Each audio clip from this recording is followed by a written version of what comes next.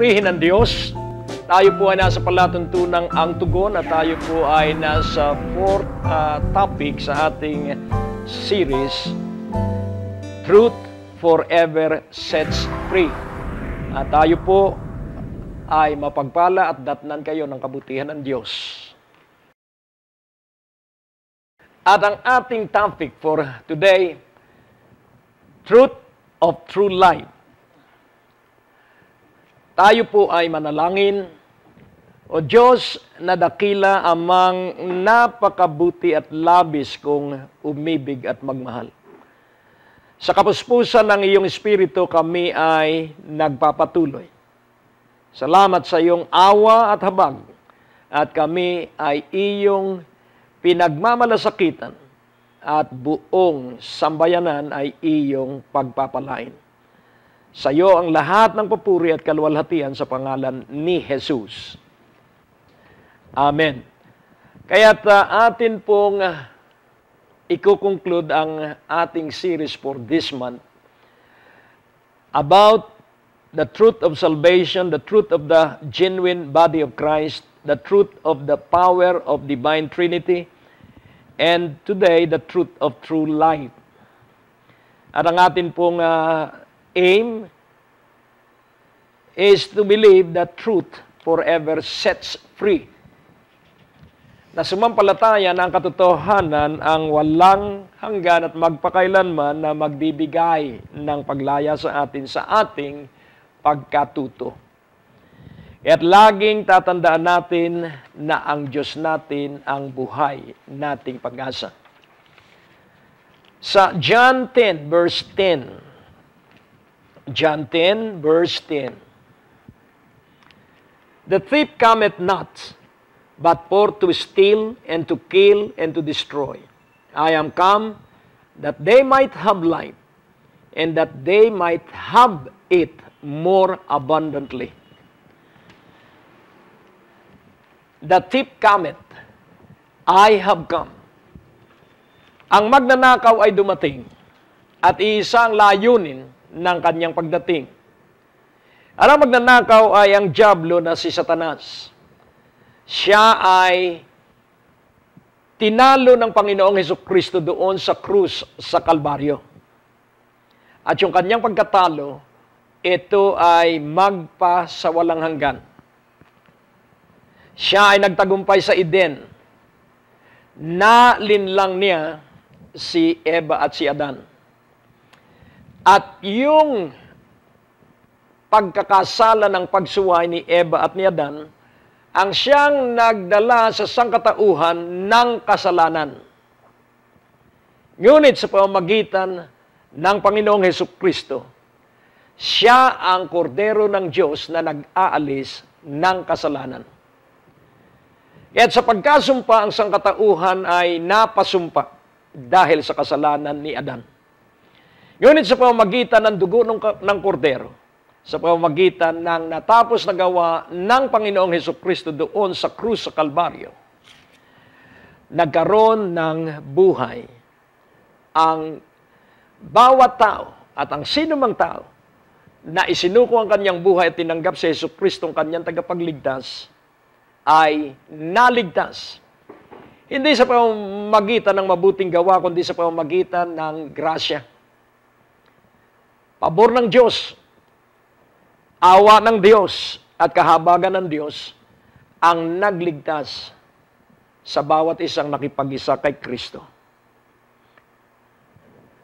Kaya't kung ang dyablo ay nagnakaw at pumatay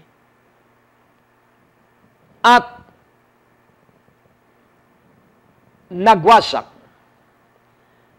itong pagnanakaw na ito at itong pagpatay na ito at pagwasak ay tumutukoy sa isang buhay na relasyon ng bawat tao na nakipag-isa kay Hesukristo. At upang tayo ay magtagumpay sa gapos na ginawa ng kasalanan ni Adan at ang tanging kaligtasan ay sa pamamagitan ni Hesukristo.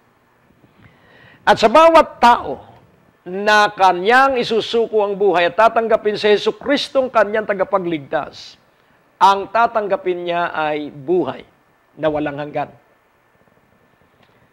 At hindi basta buhay, kundi masaganang buhay. Kaya kailangang maunawaan ng lahat ang masaganang buhay na hatid ni Jesucristo. The abundant life. This abundant life is available to every man and woman. This abundant life is about the life, the light, and the way. Itong masaganang buhay ay tungkol sa buhay, tungkol sa ilaw, at tungkol sa daan. Kaya kailangan maunawaan natin kung paano natin gagamitin yung buhay na ating tinanggap nung sandali na tayo magsuko ng buhay, at kung ikaw ay magsusuko ng buhay, kung hindi mo pa nagagawa at gagawin mo ngayon, ikaw ay magkakaroon ng buhay, ikaw ay magkakaroon ng ilaw, at ikaw ay makatutuklas sa iisang daan.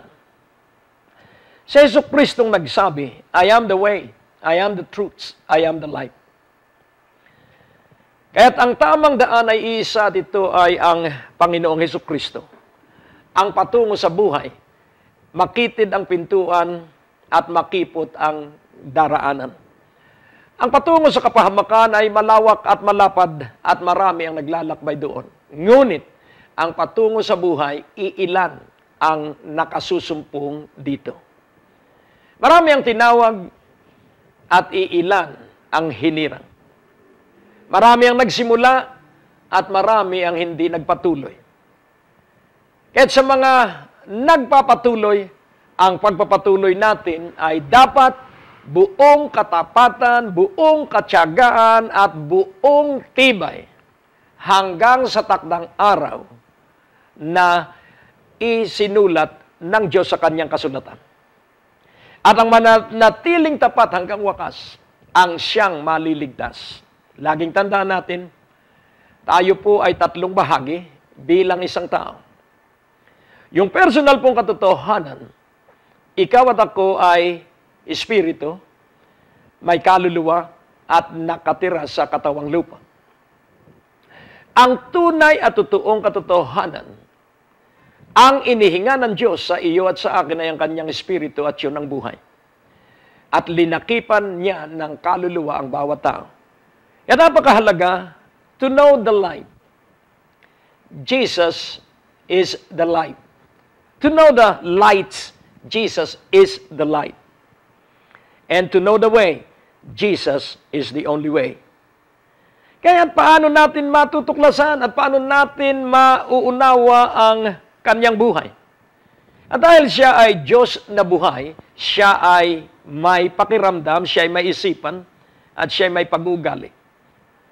So, dito po sa ating pag-aaral, para matuklasan natin, maunawa natin ang buhay ng Panginoong Jesucristo, we have to know the mind of Christ.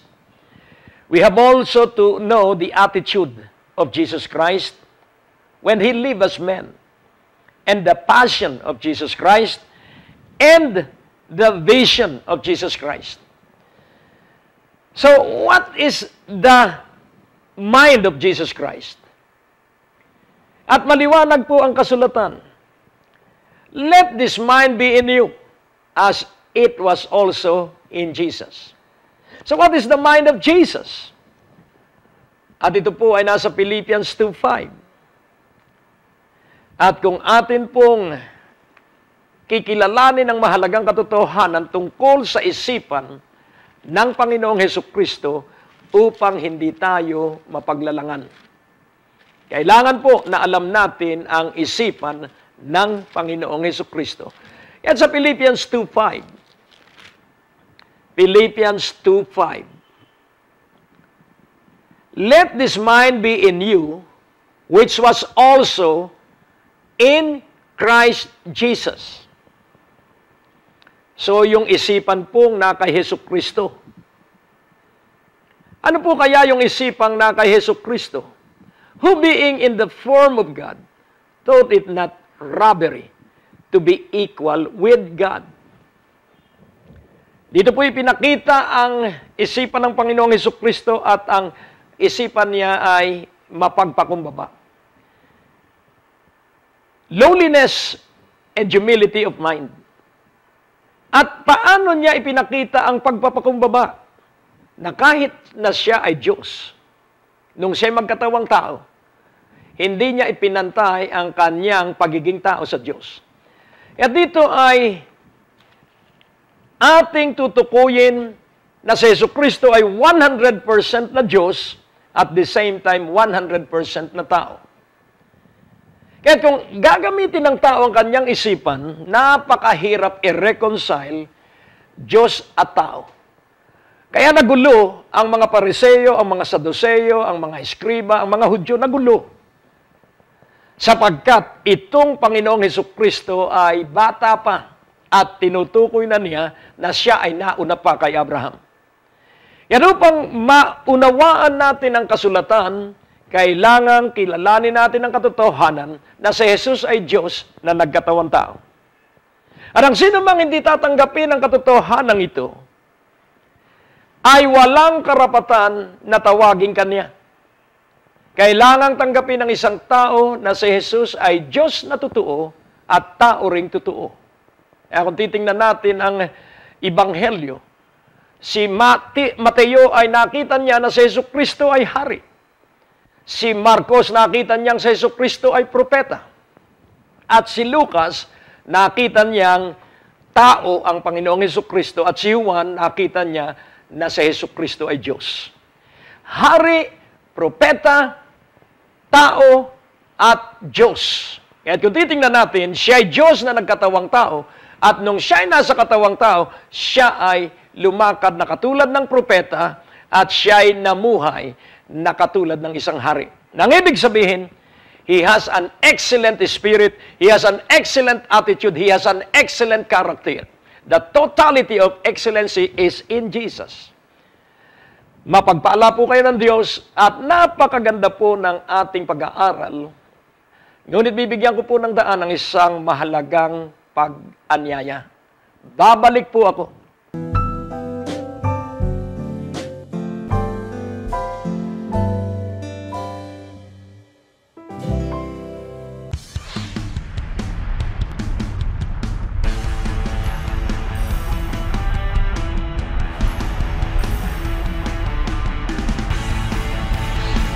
So, ang aalisin mo yung takot.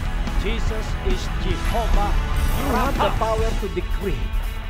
Ikaw ba'y naniniwala ngayong gabi na walang pag-aalinlangan na ikay tatanggap ng kagalingan ng ibang uri ng sakit o karamdaman yan?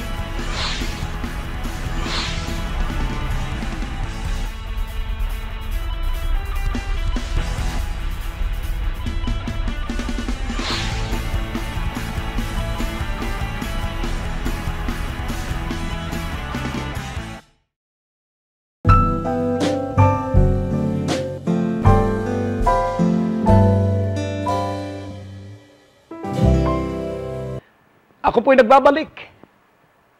Sapagkat napakaganda po ng ating laging pag-aaral at naunawa natin na si Jesus ay Diyos sang-ayon sa pagkakita o ipinakita ng Diyos kay Juan. At nung siya ay nabuhay, ay katulad ng isang tao, bagamat siya Diyos.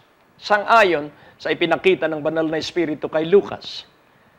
At nakita ni Marcos na si Jesus ay propeta. Sapagkat naririnig niya ang tinig ng kanyang ama at ginagawa niya yung nakita niyang ginagawa ng kanyang ama. Kaya't nabigyan niya ng kasiyahan ang kanyang ama dahil sa mga palatandaan ng mga kababalaghan at paggawa sa mga imposible at pagpapagaling sa mga may sakit at karamdaman. At nakita at pinatotohanan ng Espiritu kay Mateo na si Jesucristo ay hari. He belonged to the royalty of heaven. Kaya kung unawain natin ang kabuuan ng Panginoong Jesucristo ay makikita natin siya ay Diyos, siya ay tao, siya ay propeta at siya ay hari. At ito ay ipinahayag ng mga lalaki sa lumang tipan na darating ang Mesiyas na darating ang hari ng mga hari, Panginoon ng mga Panginoon. At ito'y nakita ni Moises at itinuro ng mga propeta, at ito sa huling panahon ay nakita ni Juan dun sa Patmos Island. At kung unawain natin, He came to give life and to give it more abundantly. He gave life and is giving it more abundantly. So, nananagana po yung buhay. Kaya kapag ang buhay ay dumating sa isang tao at ang buhay ay darating kapag tinanggap ng tao si Jesucristo at pinaniwalaan niyang si Jesucristo ay Diyos na totoo, taong totoo, propeta at hari. At kailangan ito ay paniwalaan ng bawat tao upang ang isipan ng Panginoong Jesucristo, ang buhay ng Panginoong Jesucristo at ang liwanag ng Panginoong Jesucristo at ang pagkakita sa daan na Kanyang inilatag.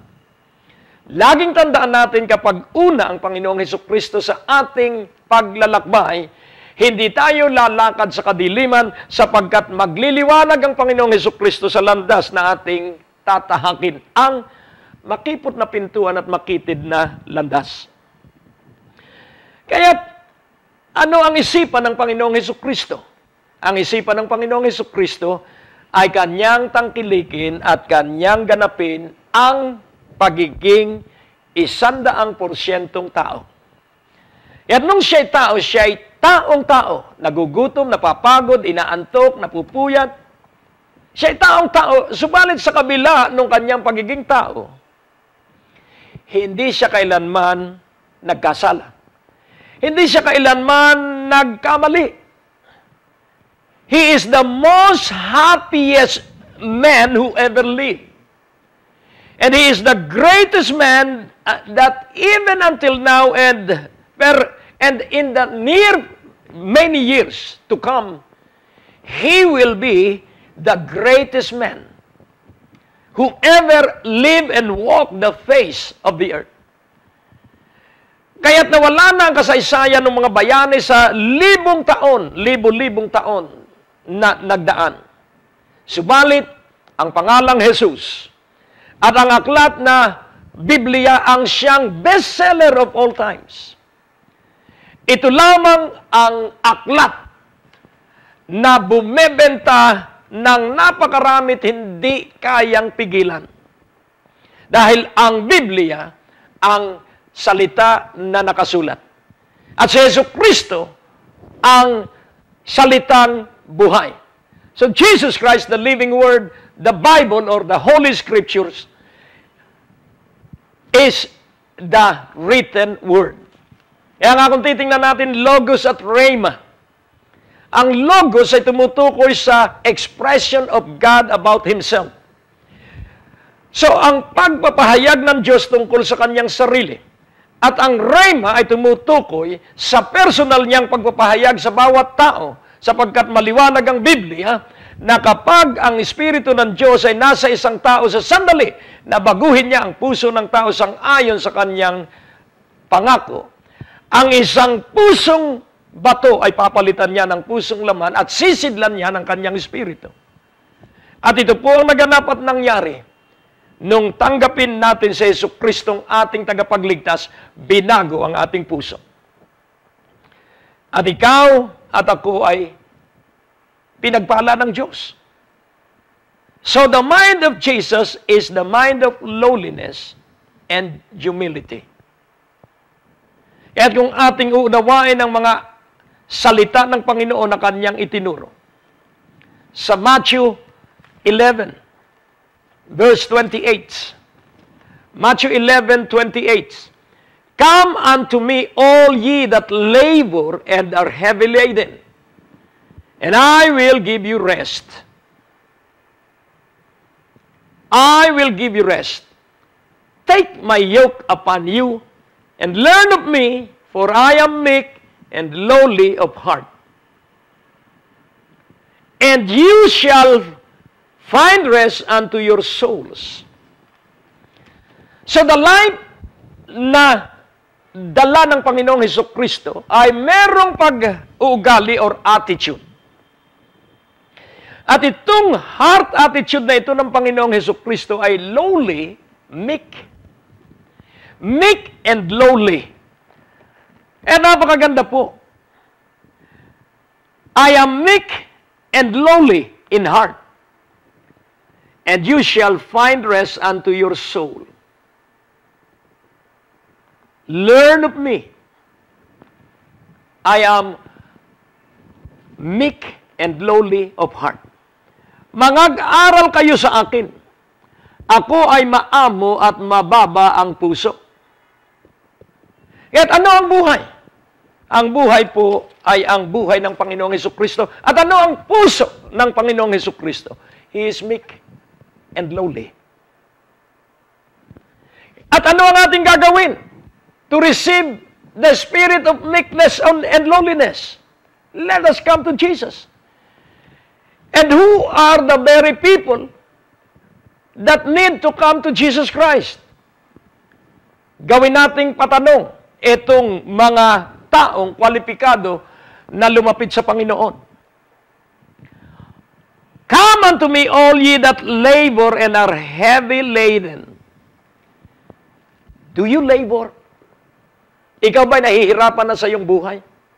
Ginagawa mo ang lahat ng alam mo na pamamaraan para ikay magtagumpay. Ginagawa mo ang lahat ng paraan para ikaw ay magkaroon ng success in achievements. At hanggang ngayon, kung ilang taon mo nang hinahanap ang success in achievements, hindi mo pa rin makamit. So, you are burdened. You are heavily laden. Ngayon, nais ko pong ipaunawa. Nung magdamag na pumalaot ang kanyang mga alagad, 9:00 ng umaga, wala silang huli. At ang sabi ng Panginoon sa katanungang ganito, meron ba kayong nahuling isda? At ang sabi ni Pedro, wala po. Kung gayon, ihagis ninyo ang inyong lambat sa gawing kanan ng inyong barko. At halos lumubog ang 2 barko 9:00 ng umaga, punong-puno ng isda. Ano po ang ibig sabihin? Kapag si Jesucristo ay tinanggap ng tao at ginawa niyang Panginoon ang Panginoong Jesucristo, dadalhin ka niya sa pinagpalang mga lupain at pinagpalang mga gawain. At wala tayong gagawin kundi siya ay pakinggan. At anuman ang marinig natin sa Kanya, atin itong isagawa at garantisado tiyak na tayo'y magtatagumpay sapagkat eksakto ang Kanyang salita. His mind, His attitude, His passion. What is the passion of Jesus Christ? So, ang alam ng Kanyang damdamin ay ang malawak na anihin. Mailigtas niya ang lahat ng kaluluwa. The passion of Jesus is that He desired that no one shall be lost. That nobody shall perish. Yun po yung kanyang passion. And what is the vision of Jesus Christ? The vision of Jesus Christ, napakalawak ng anihin. Kakaunti ang gagapas. At kung ating maunawaan, Jesus the light and Jesus the light. Kapag tinanggap mo si Jesucristo, ikaw ay magliliwanag. At kapag tinanggap mo si Jesucristo, maririnig mong personal ang eksaktong boses ng Panginoon. At kapag tinanggap mo si Jesucristo, mangunguna sa iyo, siya bilang iyong pastor. Kaya kung ating uunawain, makikita natin ang landas at daan na iilan ang nakasusumpong dito. At itong landas na ito ay nasa kanyang salita. Itong landas na ito ay nasa kanyang mga utos. At itong landas na ito ang magiging prinsipyo ng ating buhay. Kaya't hindi tayo mapapagod. Hindi tayo mabibigatan sa buhay na ito. And we will work the right kind of work. We were called for the right vocation and that we shall live. And it will be good. Because we are right at the center of His desire and will. Tayo po ay manalangin. O Diyos, napakabuti mo. Kaya't salamat sa pagkasiwalat that the truths will always set us free when we know and understand the completeness of truths. Kaya, Ama, mapagpala ka sa pamamagitan ng aming pagtangkilik sa iyong anak. Maluwalhati ang banal at dakila mong pangalan sa makapangyarihang pangalan ni Jesus. Amen. Mapagpala po kayo ng Diyos at maging maunlad ang inyong buhay kay Yesu Kristo. God bless you at magpatuloy po tayo sa palatuntunang itong ang tugon.